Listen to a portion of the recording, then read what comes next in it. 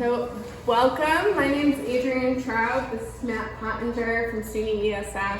I'm an employee of Seven Valleys Health Coalition, and this event is put on by the Village of Homer, Seven Valleys Health Coalition, and the Food Policy Subcommittee, which is one of the subcommittees of the Portland Food Project, our county-wide food policy group. We have a few members in the audience who are also committee members, and so thank you all for being here. Today we're going to have community feedback, so we're looking to have your input on some of the design drafts that we're just starting to get going. So the park is going to be just down the street from here, at the old, just north of the Living History Museum. And this park is going to be built starting in the spring next year. So we're really excited to get started, and we want ideas about what's going to go in the park and what the park's going to look like. And so to start off today, Matt is going to give us just a bit of a presentation about what an edible park is, like why it's important to have an area where people can forage in.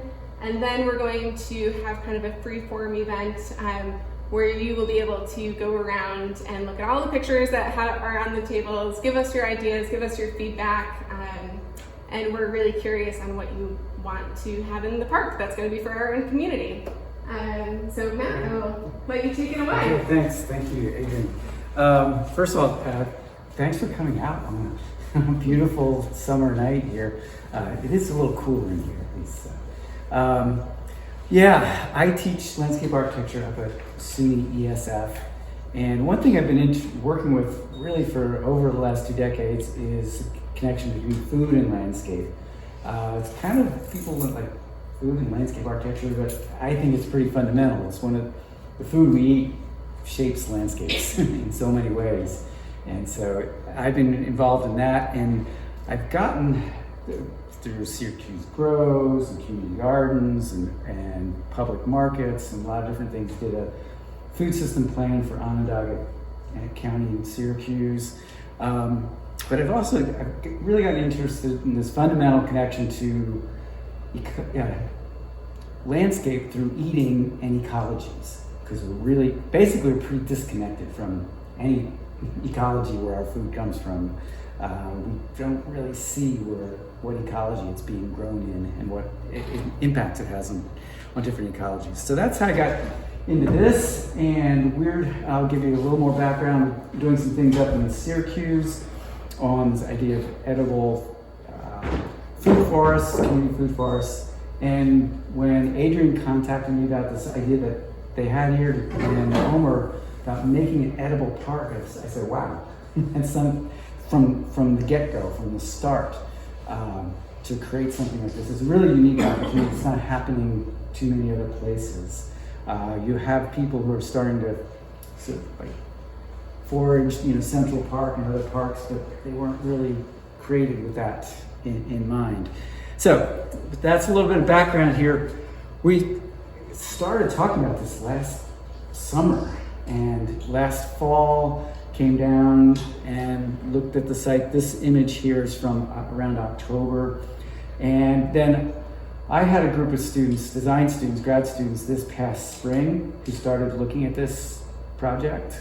This site did some analysis and some really initial concepts. And so I've continued with that, since that work. So I want to go over today just what this idea of edible ecologies or foraging, what that's about, why that might be important, some issues with that, just a couple examples. This is not a lecture, okay? This is, we'll talk, and if you have any questions or comments, please jump in. Then we'll talk about the site down the road, which you probably have driven by, you've looked at it, wondered what's going on there. Talk about the site and some of the challenges and opportunities and some of the design thinking for that. And I have 2 design concepts to talk about. And all of this, it's spread out around the room here. After I'm done talking, you can write directly on the sheets or put sticky notes on things. So as much input as we can get, because there's still some questions. There's still a lot of choices. It's in a really initial stage yet. So I guess the first question is, Yeah, sort of like edible ecologies or foraging. Like, why? Why do this? I don't know. Have any of you gathered something outside the supermarket? Yeah. I've foraged a lot of lime hollow. I've got a lot of ramps, purslane. Did you say lime? At Lime Hollow, yeah. Okay. Yeah, I think I've seen signs for that. I've never been there, but okay. So ramps. What else?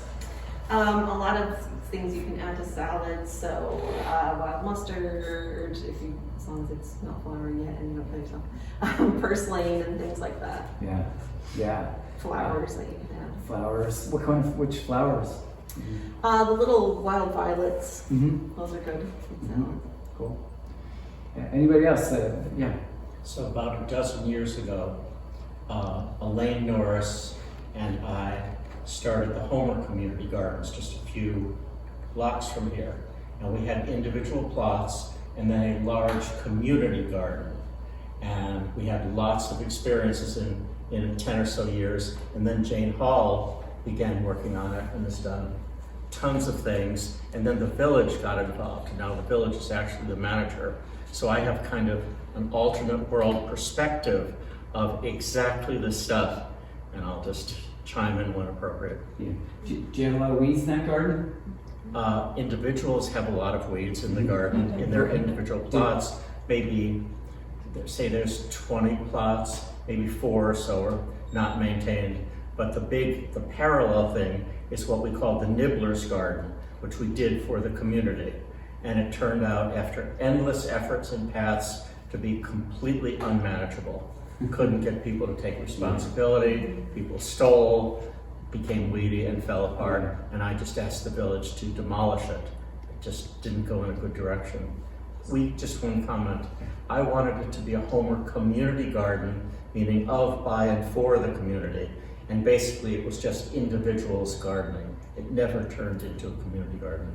Yeah, I think those are some of the challenges with community gardens. I think what we're talking about here is might take some of those things that are problems and they can be actually opportunities. The idea of weeds. Did anybody eat any of the weeds? These are bad weeds. Bad weeds? Like what? Okay.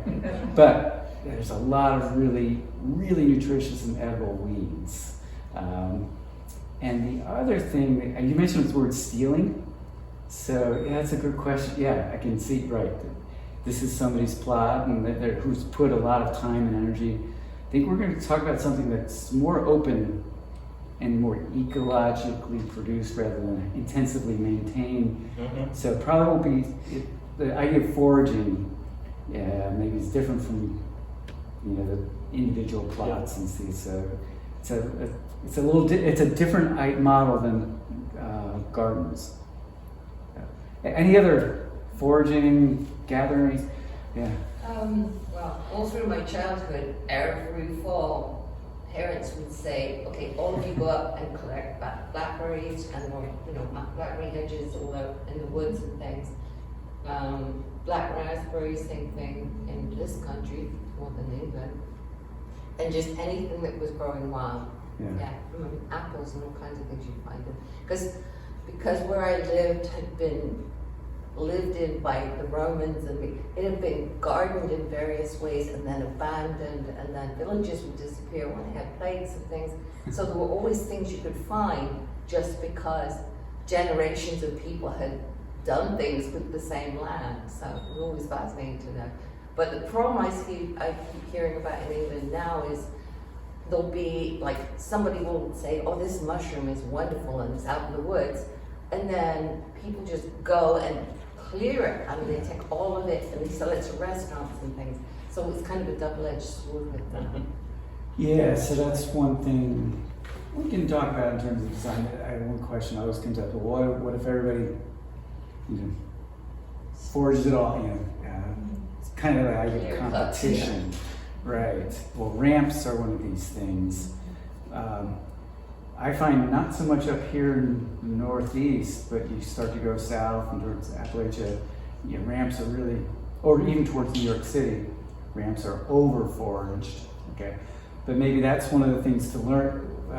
learned here is our impact on ecologies and how to manage some of that. It's a great opportunity to do that, and as a community.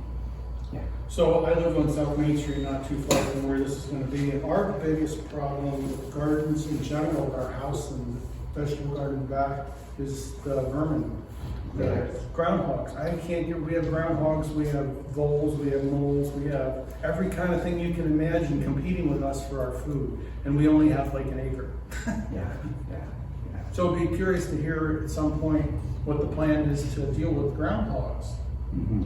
Predators, Predators. large predators. Large predators. Chipmunks are pretty good at climbing up branches. I've been observing a chipmunk this summer on a choke cherry that's right by our deck. They go up and out to the smallest branches and back their cheeks and go back. Yeah.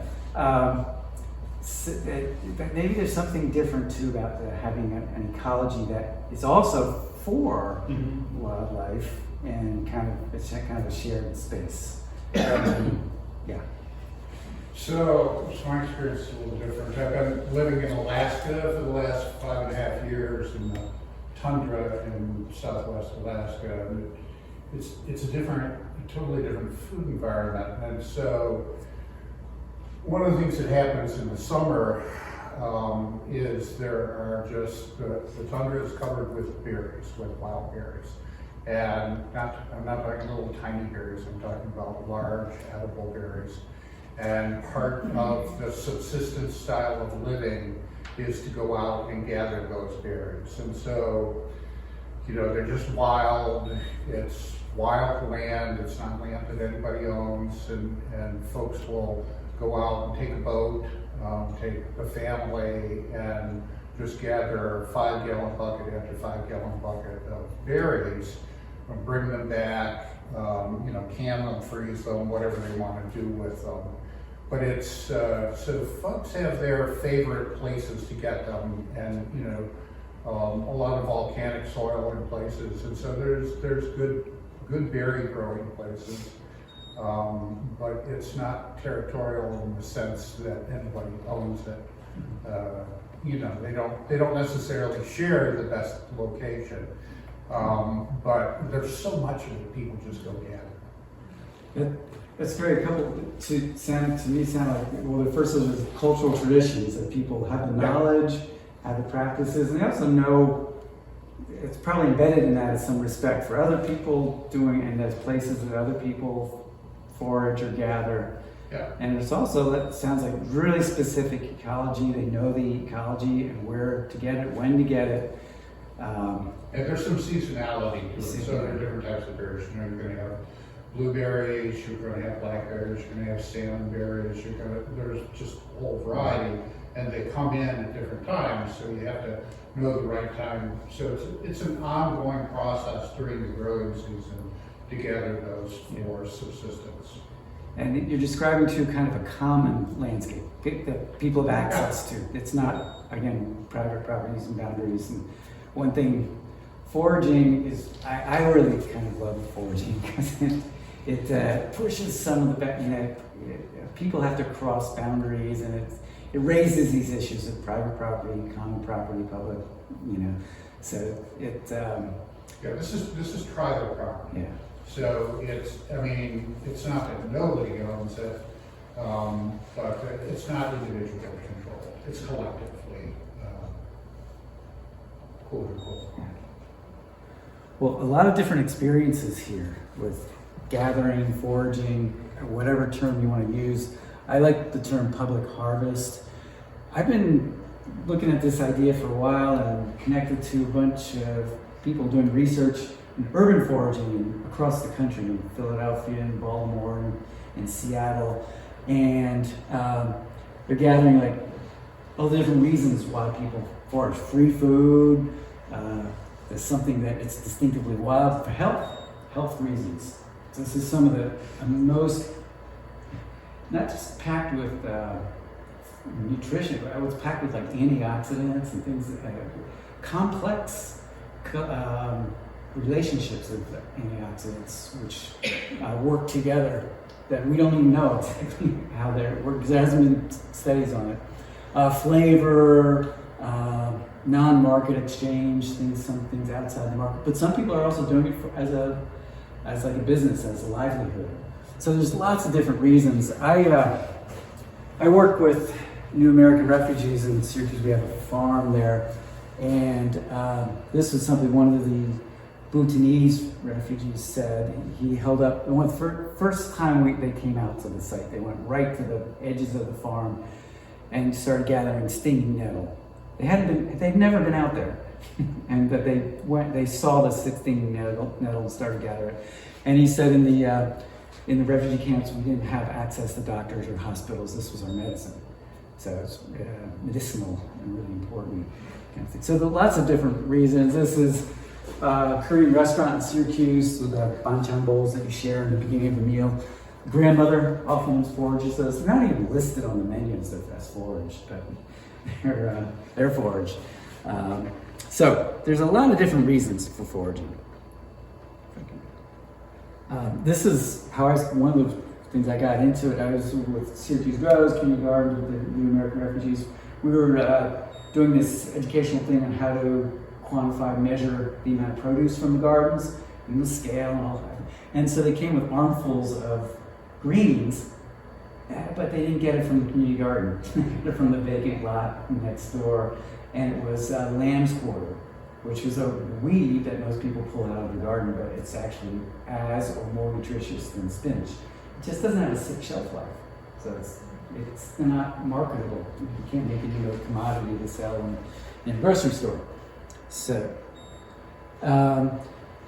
foraging, it's really diverse. I don't know, there's a lot of ideas about who forages or gathers. A lot of times it's kind of marginalized, either like refugees or in times of hardship or childhood. But there's the researchers in Philadelphia, Seattle, found everybody across all age groups, socioeconomic class, ethnicities. There's foraging for different reasons, for different purposes. So it's a pretty widespread activity with a lot of different values. So, I don't know, anything else that you add to why forage or your own experiences with foraging or foragers you know? The Korean grandmother, they don't call it foraging, they just call it gathering or picking, or picking.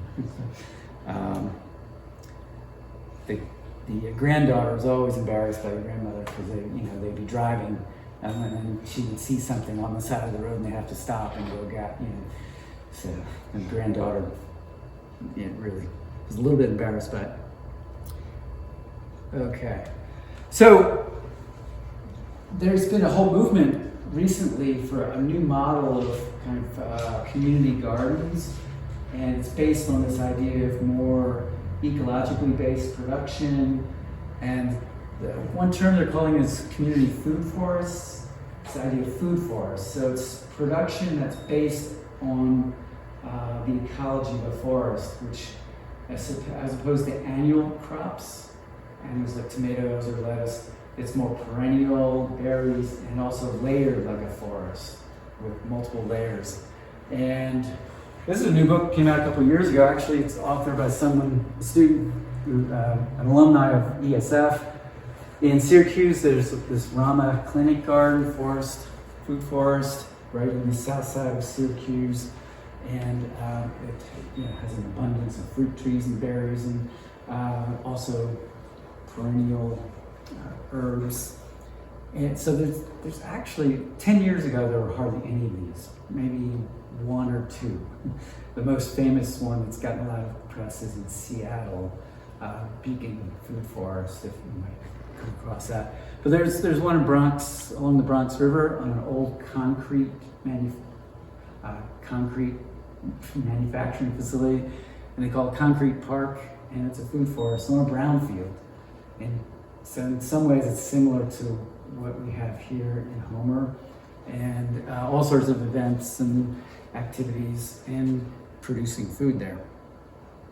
So, and I've been involved with this Syracuse Urban Food Forest project, where we're taking the idea of like a small, just an urban lot, But looking at it as a connected ecology, we're looking at a stream course through Syracuse to see it as a more corridor.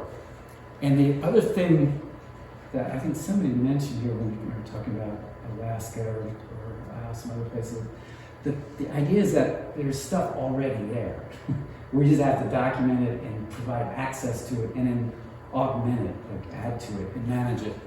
So we've been working on that for about 2 years now. And we also did a project at Stone Quarry Art Park on this maple and ramp forest to promote public use of that. And well, that brings us to start looking at the possibilities here. And first of all, this is along the bank of the river, Yoga, and there's actually edible stuff there right now. There's some wild grape, there's evening primrose, which is a native flowering plant, which is edible. I found out thistles, right? There's thistles in there, and all parts of the thistle are edible. Is this by the river? This is by the river, the Did embankment. they just demolish all that? They did this is the part that they didn't demolish, that they didn't clear. Yeah, so it's a site that's been cleared, but there's even so, there's still things there. There's actually a sort of daylily too, that's, quote, naturalizes. And that's really great. There's the young shoots and flowers, it's all edible as well. And just a little further up the rivers, Jerky Park, and there's a number of edibles in there, and it's sort of set up for fishing, so see some activity already along these lines right here. And you look at the river behind Homer here, it's really lush and rich and diverse, and there's a lot of public access with those bridges across the river. It's really nice scales, and so you might think of this park as kind of extending what you already have, which is pretty unique for a community to have that kind of access, public access to a river.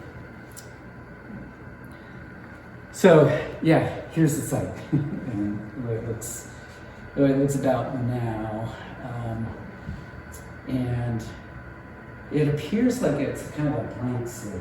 It has, so much of it has been wiped clean in the remediation process by NYSEG with the former gas manufacturing plant there, and then clearing of the former uses of the motel and other auto repair shops or whatever was there. So, and it's a pretty flat site, but kind of ragged edges. There's really compacted soils, but there's some potential here. It has these edges along the river. It has the street edge, and what we'll look at here is some of these stresses. The really thin soils that could actually be used to advantage.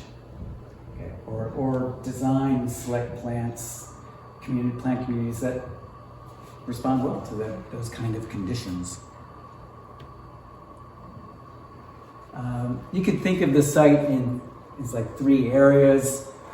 So this is north, heading up here towards Homer, and there's this long, thin stretch which they just cleared the buildings that had been on there and hadn't done anything else. And this is where you see a lot of vegetation growth along the riverbank there. And also starting to come in on the gravel and old asphalt areas here. So it's really thin and narrow, but it's great access to the river. Here's the NYSEG Remediation Site. So that's a really special area.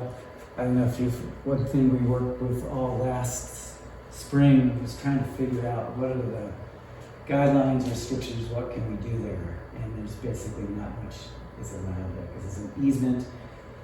NYSEG is, I think it's about liability protection, etc. They've remediated the soils, but you cannot have any use on it unless there's a impermeable barrier underneath. So you could put a soccer field there if there's an impermeable barrier there. You could put parking there because that asphalt is impermeable.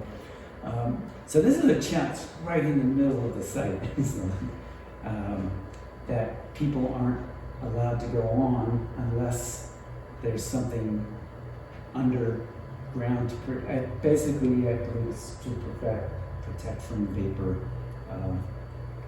coming up through the soils. So, but to put a barrier, it can be expensive. I mean, you can do that, but it'd be fairly expensive. So, when I show you some options, that's one of the biggest challenges there. But again, it's an opportunity, and we can't even plant trees there or shrubs. You know, they won't allow that. They have planted trees there. What's that? They have planted trees. I know, and I don't understand that. There's some birch trees there. They've planted. The DEC, with DEC in coordination with NICEAG, has planted the stream bank all down here and also all on the other side. But the density really ends right here, but they have a series of single birch trees. Are they river birches or just regular birches? They're white birches. So they're not even long lived. Yeah, well, they're having a tough time, hard life already. So, Yeah. so just to be clear, explain what's above the blue, what is the thin vertical line, below what's the horizontal dotted line, where is everything? So this is Route 11 right here, Okay. heading up to Homer. That hatched line just is designating the river edge there. That's just identifying this. It's a fairly So you're on this side of the river between Route 11. and the river, yeah. Okay, and what's at the extreme north edge? Up here, Yeah, right where your finger is. there's a bridge there, and this is where the 81 overpass is? 81's a little further up here. This is a bridge over to private property. It's a private bridge. Okay. And then there's some other So the uses here. Continental property's further up, Yeah, then there's the octagonal building up Okay. there. Yeah. and then what's the extreme south edge where the green is? Is the museum. Is Living the History. Okay. Living History Museum. Yeah. Which with a huge parking lot. Yeah. Yeah. So okay, yeah, so that to help get oriented there. And these are some views at each one of these areas. Yeah, so this presents a challenge. One opportunity is that it's open. You can't without being allowed to plant trees there. And we tried to get clarification on that, and they said, no, we can't plant anything there, even though there's some birch trees there. But it can keep open views to the river and the valley that way. Okay, so that's one opportunity, is the open views across basically some kind of grass or meadow planting there. So do you have an idea yet where a proposed river trail might go? Okay, so there is a regional trail that they want to eventually will hook up here. So right along here, and it can come through the park as well. Not on the other side of the river. Not here, not at this stretch. On other parts, it could go on the other side. I'm not involved with that. I'm aware of that, but I'm not involved in that planning. But it's a great thing to link up with here, with the idea to, the easiest thing is to, bring the bike path along the edge of the roadway. But it would be great to bring them through the park as well. Or have a stopping point, the park for people along that trail. My big fear with this is, given the geography of the West Branch is prone in the spring at least, and when it gets really rainy, to overflow. Won't it wash all this out if we have a heavy downpour and a big storm or something? Yeah, it's a floodplain. So selecting plants and things that are floodplain species. Yeah. And that's one reason, that's an argument for, and the original idea here with the DEC and the local soil and water conservation district was to really plant this as what's called riparian buffer. Just plant it up with vegetation because that's what should be on a floodplain. And the idea is to, well, do a riparian buffer, do the planting, but add value to it by having it edible as a way to engage people in the ecology and have them use it and value it more. So it's also productive, it's also edible as well. What kind of vegetation doesn't mind getting its feet wet every so often? A lot. Yeah, well, take a look at any river, and you see the abundance of vegetation. One plant we'll talk about that likes to be down by a river, down by streams, and this wonderful edible plant is pawpaw. I don't know if you've heard of pawpaws, but it's a great native, undervalued plant. I don't know if anybody's eaten a pawpaw, but it's pretty amazing. And it has natural kind of insecticides to protect it, and it's kind of like a tropical fruit almost. Yeah. Any issues with being so close to a state highway in terms of pollution, humans? That's a good question. From studies about other, forageable urban crops like apples and stuff, washing them off is fine. It's not a problem. So it was a problem when we had lead in gasoline. Okay, that was more of a situation, but it's not the problem now. Yeah. What about the salt from the roads? Yeah. Well, I thought too. that's really Killing it. that's really just a microgeography right next to the road, and salt tolerant species, things that are selected for that. Yeah. So, was that your question? Yeah. No, definitely. What are some of the impacts here? But the floodplain, the idea of a floodplain, there's lots of species, black walnut, all sorts of plants, love and thrive on these kind of Rather than conditions. describing these things close to the ground, given all the objections that people come up with in 10 seconds, and I can think of more in 20 seconds, could you describe trees that might be edible and survivable there, that would be more rugged and could stand up to these contaminants? Mm-hmm. There's a lot of trees that work well in urban conditions. Even maples, even sugar maples are great. There's, black walnuts, hickories. Hazelnuts. What? Hazelnuts? Hazelnuts, yeah. There's an American hazelnut, which actually is a small tree, shrub to small tree. And it has great flower, and it's kind of almost like an ornamental fruit. Nut, but it's also really edible. Yes, so there's a whole range that would be fine. Okay, I'll mention one study that was done in Boston area. This idea of urban contamination for foraging. So they just used apples grown throughout Boston area, wild apples and even cultivated that were in just even highway medians. Okay. And they tested for contaminants for apples and compared it to grocery store apples. And guess which ones had more contaminants? It's a leading question. It's that setup. That's a setup. So that's the situation. So they didn't find any problems with this urban fruits. It's not to say you have to. You still need to be aware of this. You can test for it, but there hasn't been any. The studies that I've seen, even some things like greens, some leafy greens in urban areas.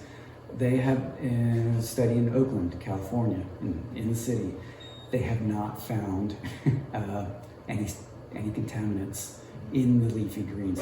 Yeah, root vegetables, that's a different story. Okay. This is I know this is it's a very important issue, and I think this is what foraging raises. And one way to think of it is your concerns are very real. Your concerns are about health. So if we want a healthy environment, one test of that is if we can eat from it. So if we can make this an edible park, it's a healthy environment. It needs to be a healthy environment. We have to pay attention to the health. So I think that's one of the disconnects that we've had with our food system is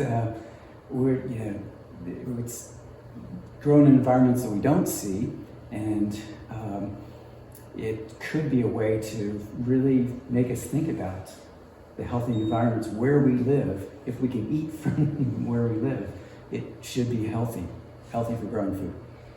So maybe that's one way to sort of flip it around, because I think there's a lot of fears about foraging, and which you might want to flip and say, well, look at what's happening to the environment and the health of our food in conventional production.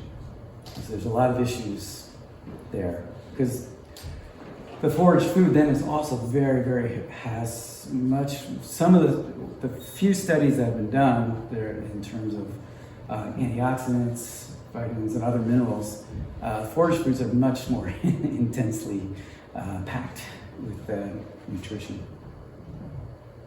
But all these are really important concerns too, because I think it's about trust too. Do we trust, what's grown here and what it's been exposed to? Did you have a question? I did have a question. A little, I'd say a few weeks ago, we had a contamination on the top of it, but it was downstream. So I'm assuming it wouldn't affect here. There was a fuel spill. Heard about it. But I wondered if something like that happened more in our area, so upstream from us, for example, how long that would prevent people from being able to forage in this area, or is it really dependent on like what the contamination was? What that is. What's upstream is mostly farms. It's from.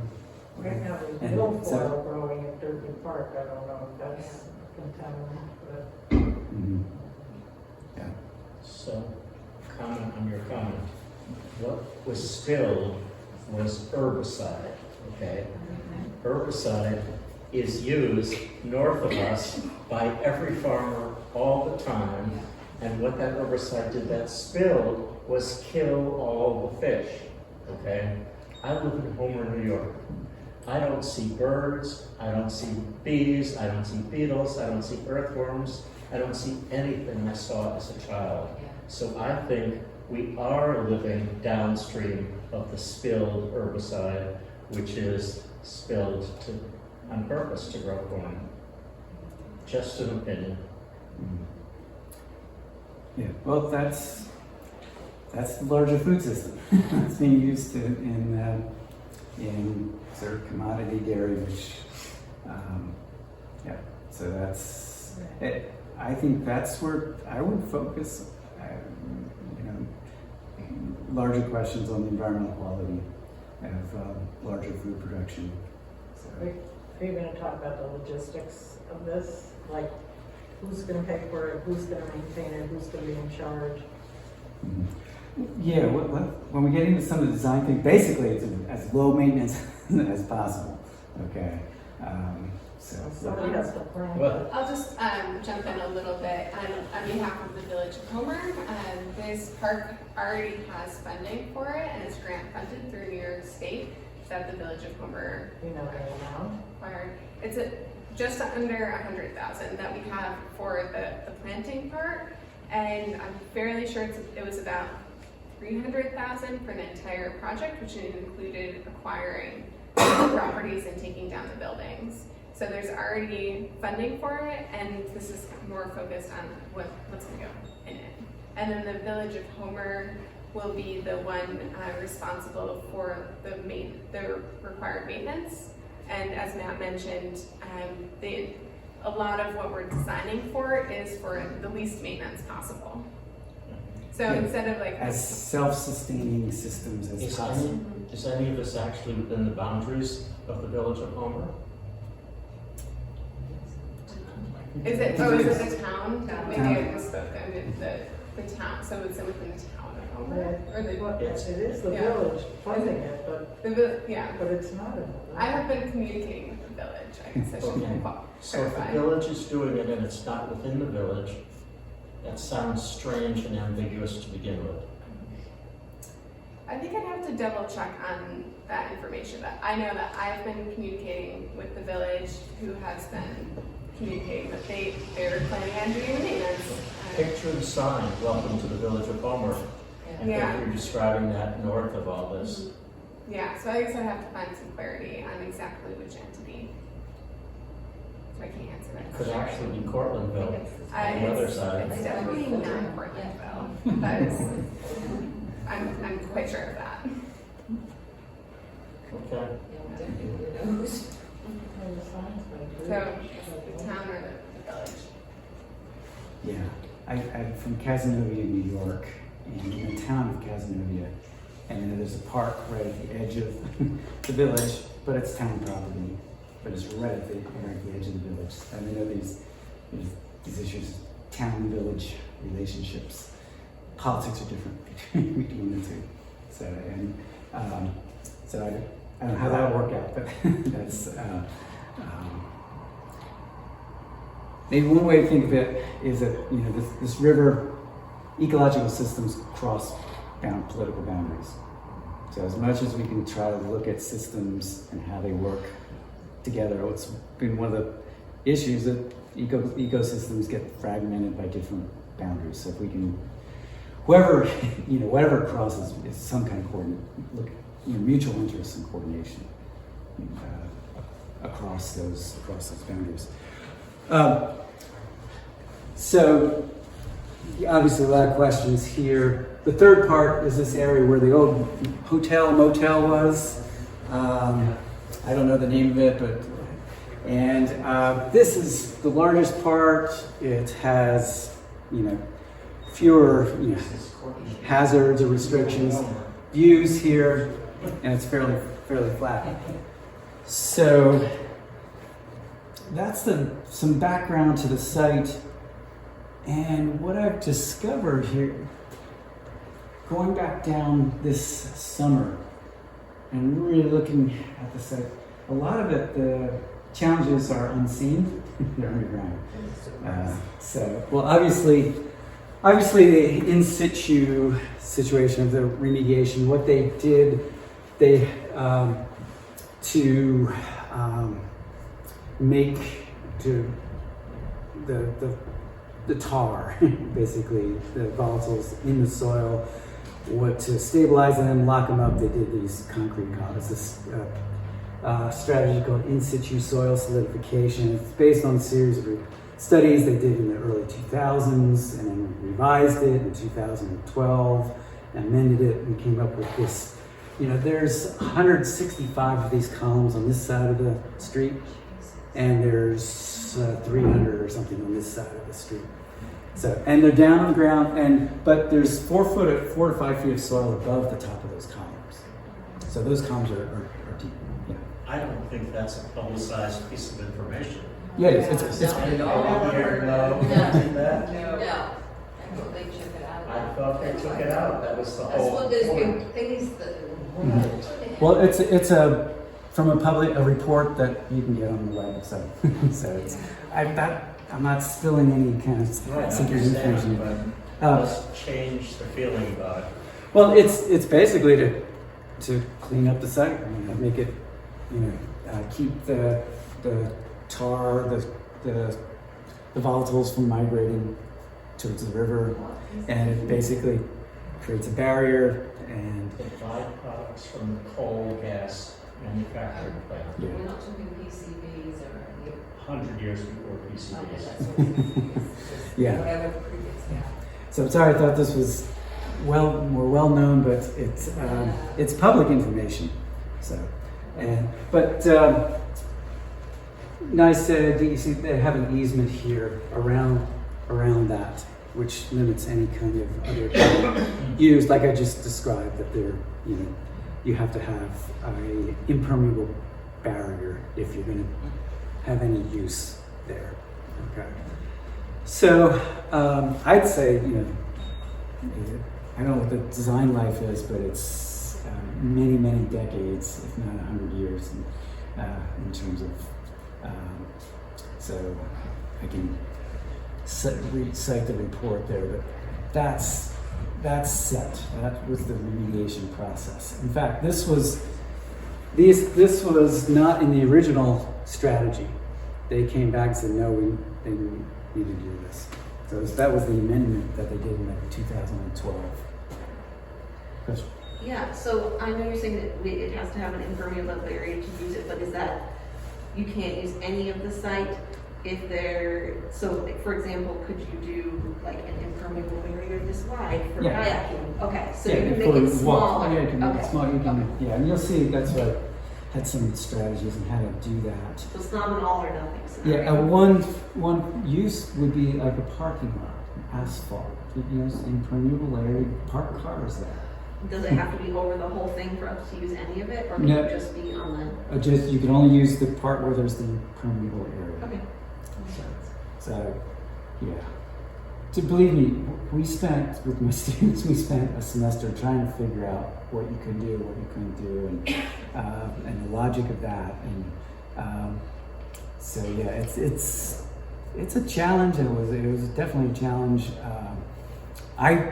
Personally, I don't see, but I'm not the expert. I'm not the scientist. I don't see why you couldn't plant some things in the areas beyond these columns, but that's the restriction. If you want to have dialogue in the future to change that would be great. But, That's I think hopeful though. you get started. Yeah, that's manageable that you can get like a start on it. Yeah. We don't have to remediate all of it somehow. Right. That's nice Right. to know. Just a little anecdote, I walk at the park every day, and for the past 2 years, very well-meaning people, I don't know who they are, have come and planted a bunch of little trees. I assume they're little trees or little bushes. They put tubes around them to protect them. No one ever waters them, and I don't think any from last year have survived. Now, where is that again? Turkey Park okay. along the river. Mhm. It's like that entire park in the river too, there's a whole area. It's the same thing. So, And the Homer people come and mow, and they do Right. everything, but nobody has made any effort to water Mhm. or maintain those. So just a note of caution, if you're gonna deal with the village, you're gonna have to be on them. Yeah, and I want to give a disclaimer too. But I'm working with requirements and think that I was given, so I can't, describe or I'm not an authority on the remediation process. You can, but we've asked a lot of questions to find out what's possible, what are the limitations there, and have to respect these guidelines because there's reasons for them.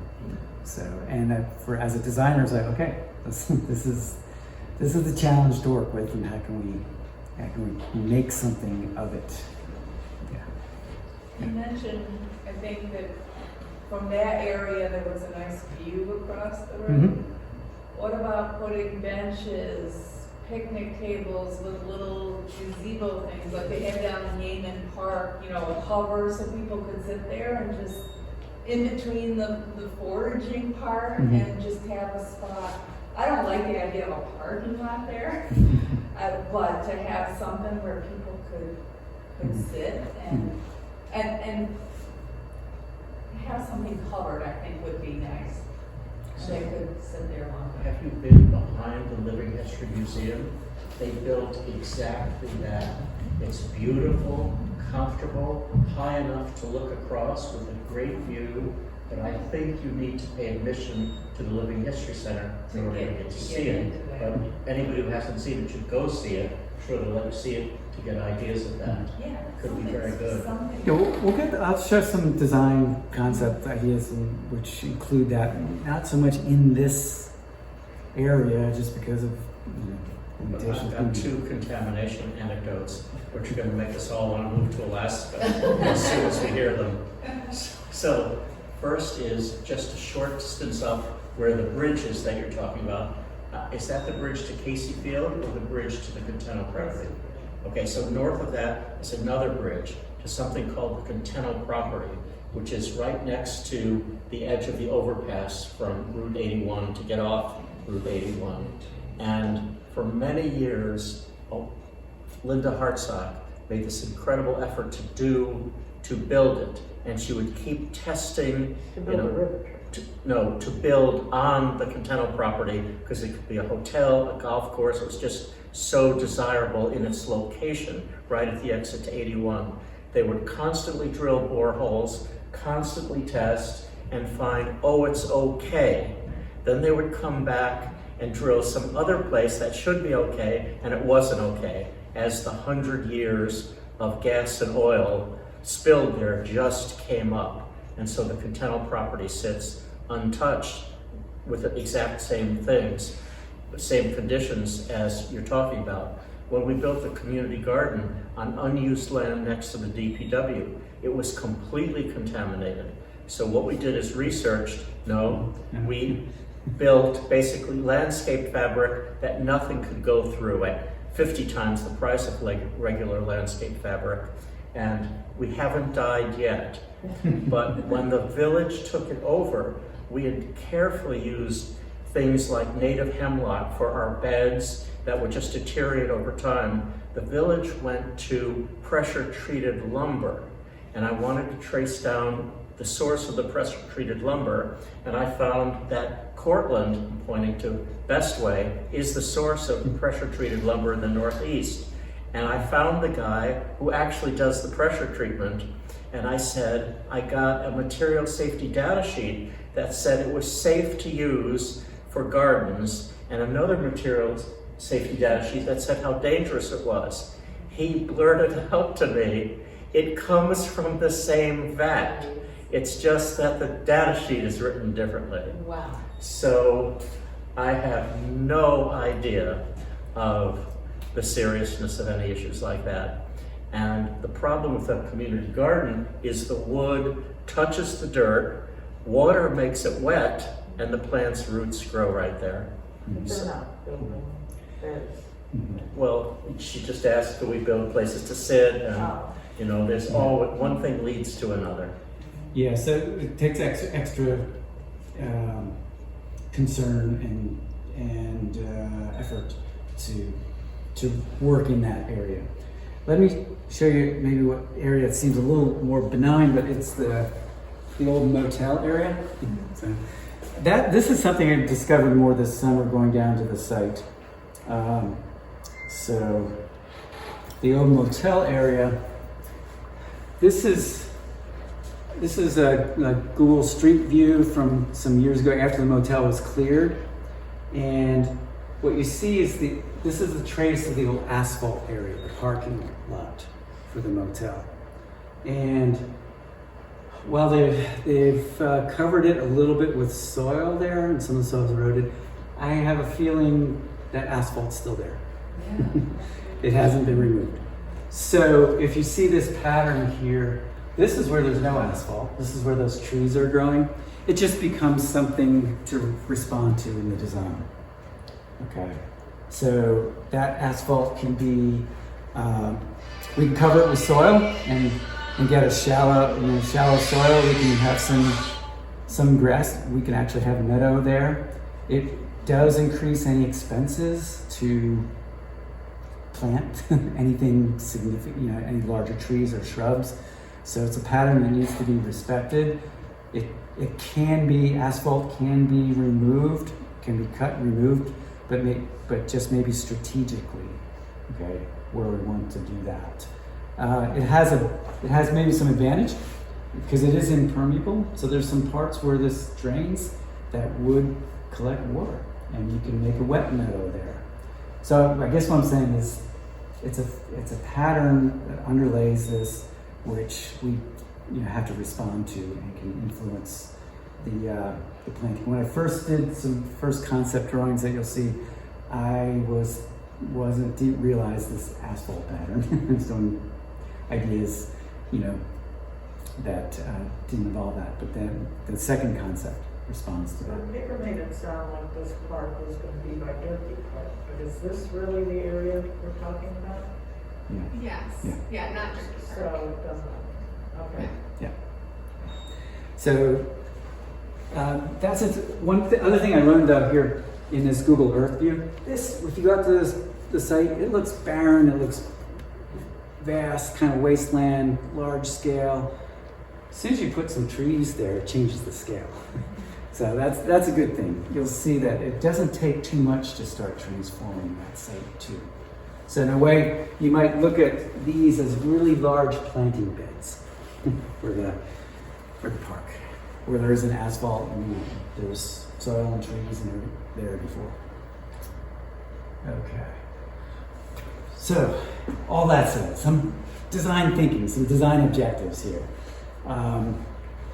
So if I can summarize some of this here, this is a little bit different approach than maybe the landscaping that you see around buildings or even gardens in most parks, which might tend to emphasize individual plants or groupings of plants with a lot of mulch and then watering and soil amendments and stuff.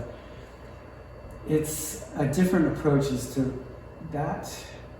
The approach is to think more of plant communities, layers of plants that are mutually supportive. They have different kinds of root structures, but they work together. They compete with each other, but you don't actually, mulch isn't necessary except for adding organic layers. Mulch is usually used to quell weeds or any kind of competition, but it also reduces the mutual benefits of multiple plants that are part of a forest or part of an ecology. So it's a different approach than that. Okay, but that looks maybe a little bit messier, and it's not as neat as the kind of mulched beds with the individual trees. But there's some ways to respond to that as well. So working with plant communities versus individual specimens, respond to the site-specific conditions, and maybe use them as assets, like that asphalt there. If you put a thin layer of soil on it, you can have that limits the range of things that can grow there. That actually, in a way, simplifies it. You can get rid of it. It can make it a more has some aesthetics that you could work with there. So. Make more legible patterns that make sense, not just a mess. Provide different levels of access for gathering edibles. Access, and so in other words, some that's really obvious and easy to get, like apples, cherries, blueberries, and really abundant. But maybe there's some other things that only few people know that or are interested in. And maybe have to do a little more searching, and might be a little harder to find in the site. So different levels of access. You have to bring your own ladder. What's that? You have to bring your own ladder. That's a good. I was wondering about that. So one of the things here is possibility about having a pavilion, and maybe there are some elements that help enable people to forage. A little platform. Sometimes you just need to get 2 feet higher than, maybe a folding stools or ladders. But, yeah. There are things called the scaffolding laws that are incredibly rigorous and make it impossible to do anything like that. Maybe you can find a threshold of 2 feet, maybe it's like He needs a I- mound of soil. like a deck or something. I think if you're 30 inches or lower, you don't need a railing. You know, maybe something like that. Find the threshold that works. So Or bring your own ladder, your own risk. I've made some attempts. We live on Main Street, and our lot goes down to the river, and we acquired some land that we call the jungle. And I made attempts over the last 40 years to improve it in different ways, basically so kids could play in it. And if I spent full time attempting to get rid of the invasive weeds, I would still fail. So they are so impossible. How in this thing, where a person doesn't actually live, could you deal with invasive weeds, which in a day can take over everything? But also we fenced in our property by the river because the beavers came and ate all our trees. Oh yeah, That's a very important That's a good thing. point. Yeah, that's a good. Yeah, I've seen the impact of beavers. Yes. Yeah. You can get into some of the specifics of planting strategies for invasive weeds. Maybe there's some places we can allow that too, because some of those invasives are really good and edible, but maybe they need a boundary, an edge. Okay. They go right under. If making certain conditions that weeds don't like. So if you do more shade, etc. So, but yeah. I think one of the experiences that I've had with this is like that managing people's expectations is the hardest part of it. I know Lansing has had really good success with this. I don't know if you've been out to their walking park, but they have one very similar. It's on an old lot, so there's some areas that are, there's concrete under or like compacted stone and stuff, and then there's woodland on the outside of it. And they built up the natural ecology first, and then they literally just mow paths through it for people to walk in, and then do a little natural walkway through the woods, kind of like you have at like Little York. They have the trails through the trees and stuff. And they have boxes for birds and that kind of thing. And then they just looked at what grew there naturally and then put signs out about foraging there. Like, you might find this growing here naturally. And so I think I think what people are expecting from this is like, we're building a garden. But if we're talking about what we're building is rebuilding the natural ecology, and how can we get something more out of that? Managing expectations, good point. If you can write down where that is, I'd like to see what they do and the strategies. That's great. So sort of relates to this last objective, sort of strategic investments. So there's we cover a lot of the big areas with meadow plain seeding, and let it go. Okay, but manage it, and that can be low investment, but maybe focusing where, have a pawpaw patch and invest in some good mature pawpaws, and then dig good holes and get them. So strategic investments in areas that have the best impact and concentrated. So that's the idea here. So really low budget active uses. One way to think about it is you might, in terms of expectations, you might think of it as like we're going to create an old field ecology here. With like meadow, but then hedgerow and then start to get clumps of berry producing perennials. So manage it like this. In fact, this is a project one of my studios did and also managing succession here. So it's expectations. It's not going to be all at once. It's definitely going to be over many years. But strategic investment to have some impact right away in some small target areas, but also manage it over time. This is actually the art park in Casanova, Stoneport Art Park. A quick studio project. We had a climate action committee wanted to plant 220 trees 2 years ago for 2020. And I think that's how they came up with 220. It's kind of a little arbitrary. So the students did designs kind of like hedgerows in parabolic forms. So there's 200 trees out here. You can't really see them. You're not going to see them for a few years. And the first year was a really drought year, and a lot of them didn't make it, even though they did watering, so they had to replant some. But they were really small whips of trees. You can get larger whips. So just saying, but in the meantime, it's a kind of a beautiful meadow. So that's the kind of way of approaching this.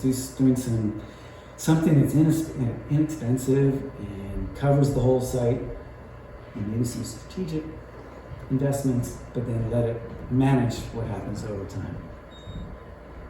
So what I've been doing here, and you can see these sheets here when we break up, identifying some design patterns to create here. So I'll just pick a couple out here. One that I didn't get to print, so I'll talk about here, is having an orchard planting somewhere. But not your typical orchard, because orchards are pretty high maintenance, right?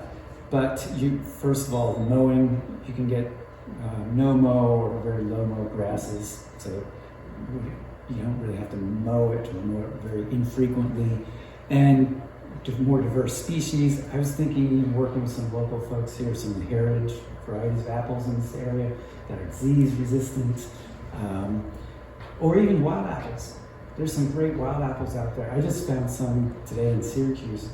Not an insect blemish or anything. A little tart, but really juicy and not big. Okay. So there's a lot of that out there. So making a kind of a wild orchard as one of those focus areas or strategic areas. A whole bunch of different strategies. One is working with two ecological patterns of edges and patches. Ecological edges are really important idea because that's where you find a lot of diversity. We have an edge here, the riparian edge, the river edge, to start with. But then we have the road edge, which is an urban edge. So we got two different kinds of edges and how they meet. So making different edges, and then patches. Patches of, like I mentioned, pawpaw patch, or a maple or walnut grove, or a raspberry patch. So work with ideas of play with these two things, patches and edges, in different ways. And one thing I don't have illustrated here, because it's one of the big patterns, is a meadow. And a meadow is basically like a large, complex patch. So get meadows established. And with that, then work with patches and mowing patterns. You can mow, somebody mentioned the park in Lansing. You can really create interesting patches by mowing along an edge, so that keeps certain plants from invading another area, but it also opens up access to an edge for foraging. You can mow openings in a meadow. So different mowing patterns. That's pretty low budget to create patterns. Another edge is hedgerow. Create a hedgerow.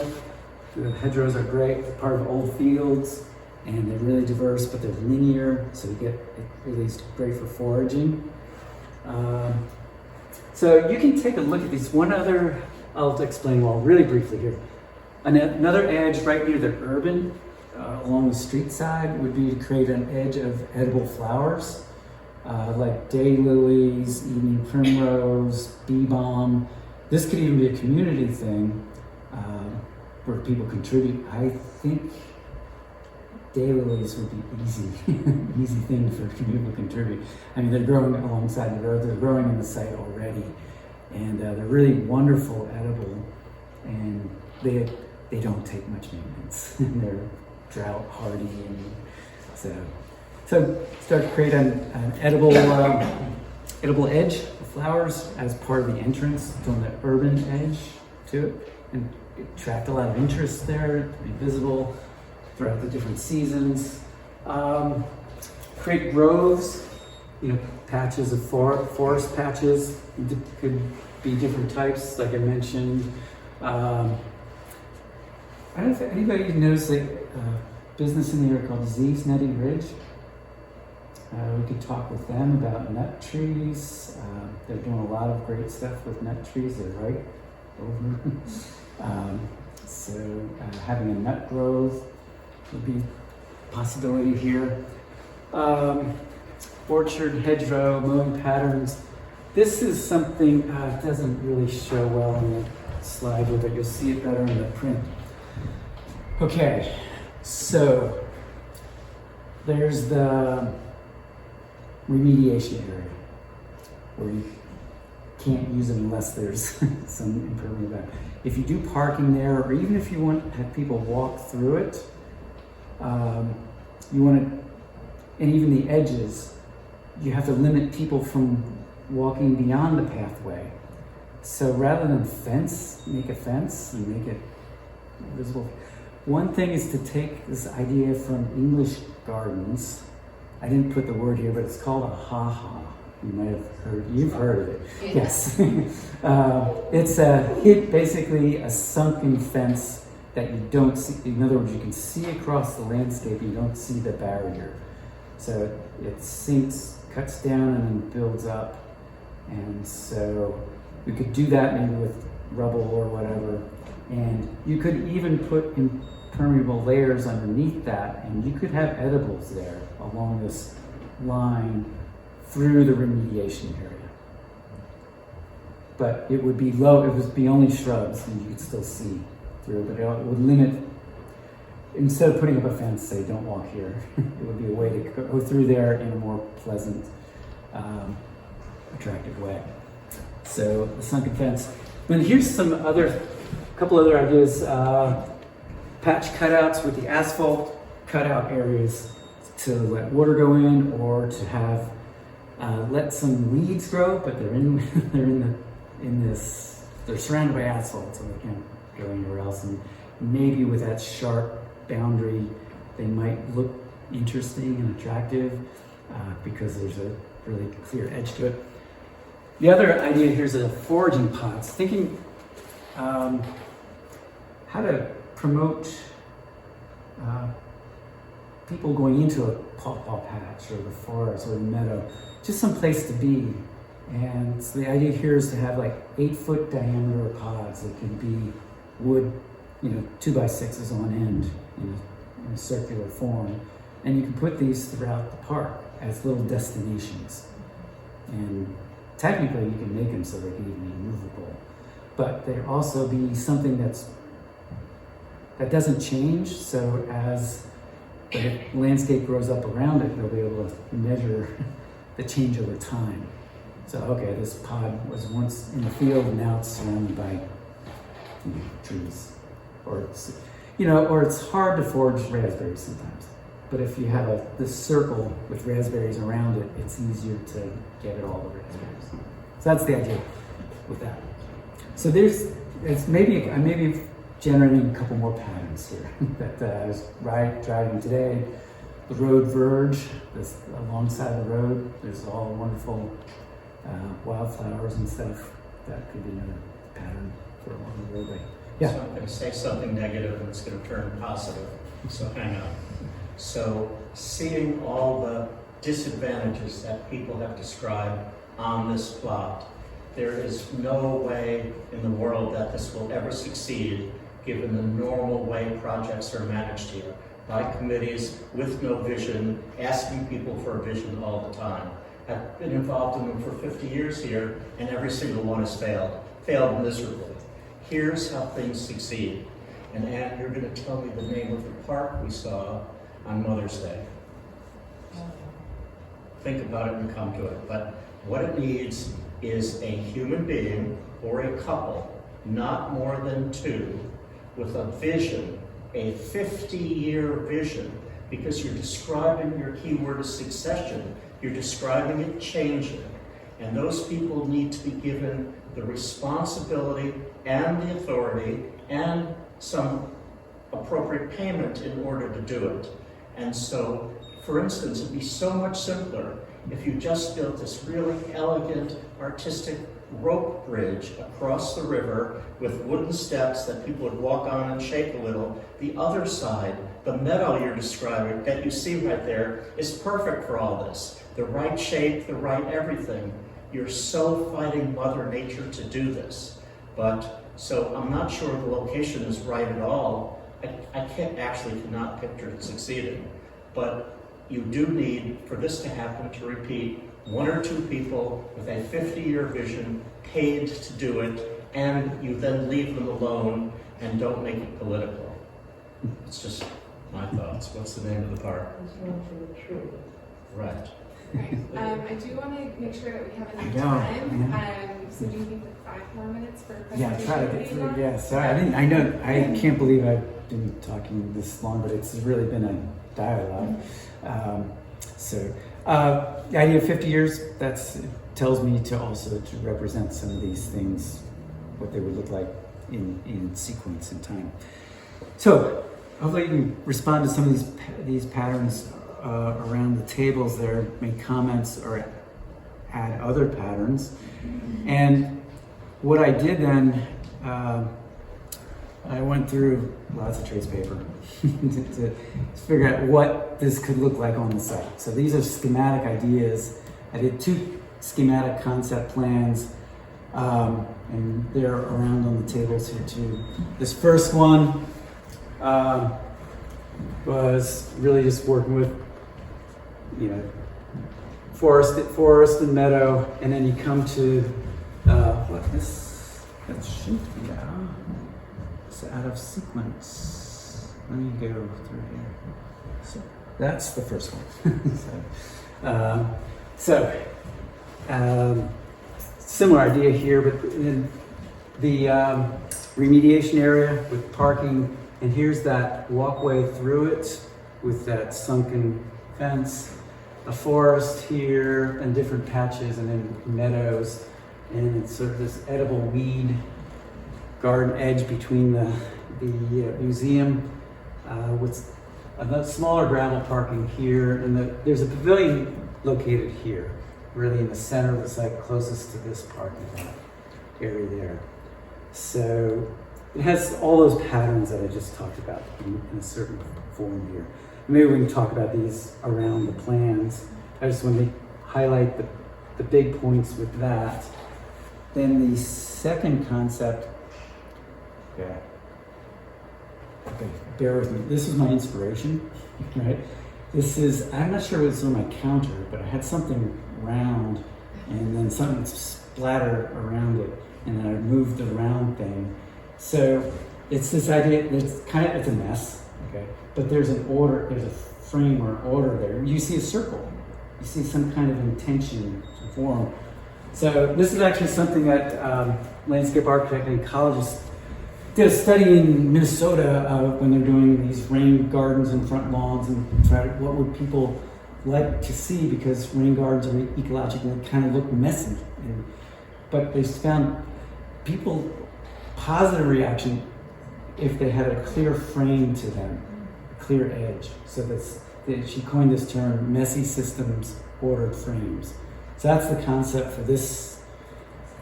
This second proposal is similar to the previous one. Parking lot here too, a little bit different arrangement, but it just has this clear frame of an arc pathway, which patterns can just play through here.